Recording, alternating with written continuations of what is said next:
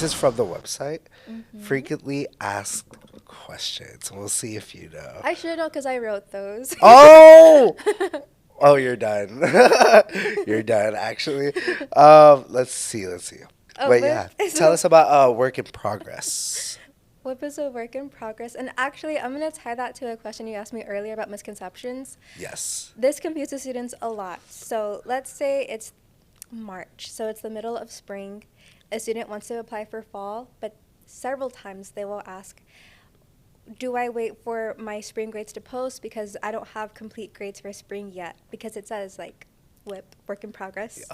And Oh. I'm like, no, no, no, like apply now. That way we can get you in early. We're going to use your most up to date GPA, which is most likely the fall GPA.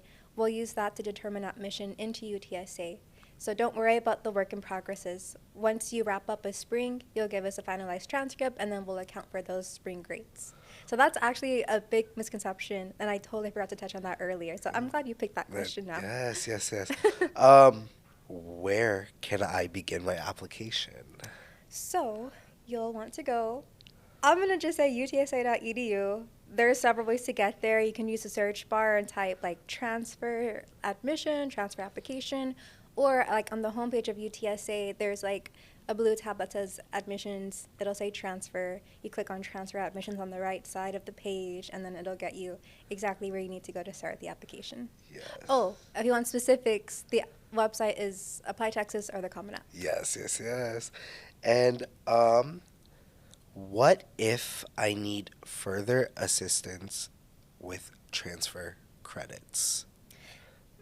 I feel like I keep calling them out during this podcast, but transfer and transition student success services, like I mentioned, like they're going to be the equivalent of advisors for prospective students. So anytime a student wants an in-depth meeting to review transcripts, to review out-of-state credits, to review like online school credits, like that's going to be the best bet for the student to get those questions answered. Hmm. What if application states incomplete? So that just means we are missing some items from the application before we can move forward with processing. And usually the reason is because of like an application fee, a transcript that hasn't been submitted, things like that. So there's a lot of ways to remedy that. A student can first and foremost get in contact with the transfer specialist. We can look up their application. We can let them know exactly what they need.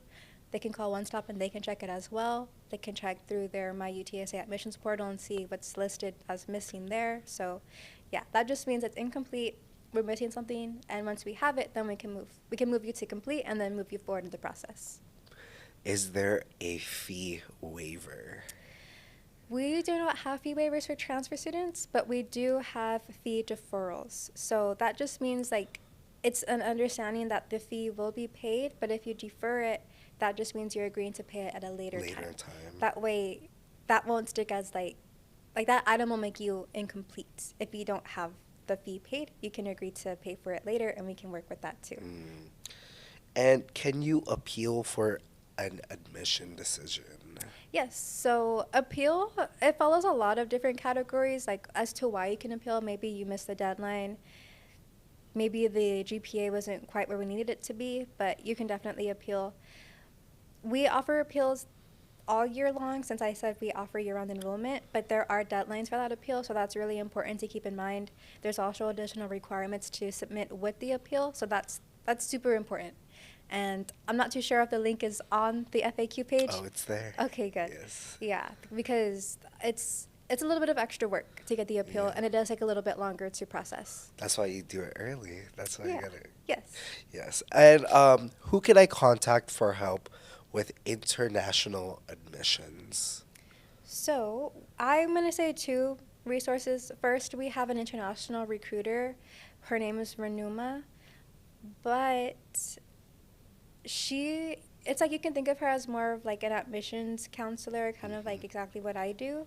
But if there's going to be very specific questions as far as maybe like residency goes and things of the sort, I would recommend, I believe they're called Global Initiatives at UTSA. They're going to be the office who works like in depth with international students.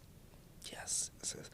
And how can someone check their like application status?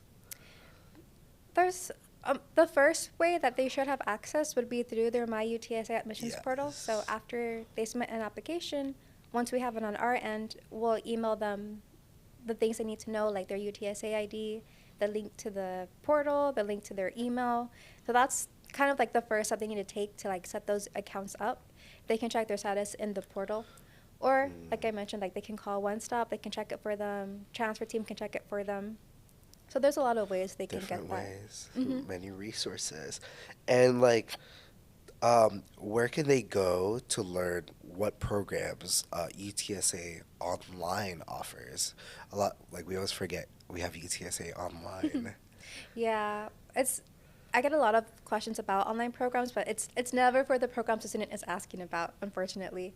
So the way to get to that specific page, it's again go to utsa.edu, click on the blue admissions tab, and then you'll see online populate. So you click on that, and then there will be a button for programs, so you can see like undergraduate or graduate or certificates. Alrighty. Well, seems like you passed. So you survive another day. So A Yay. plus, and we're gonna take a quick break right now. So.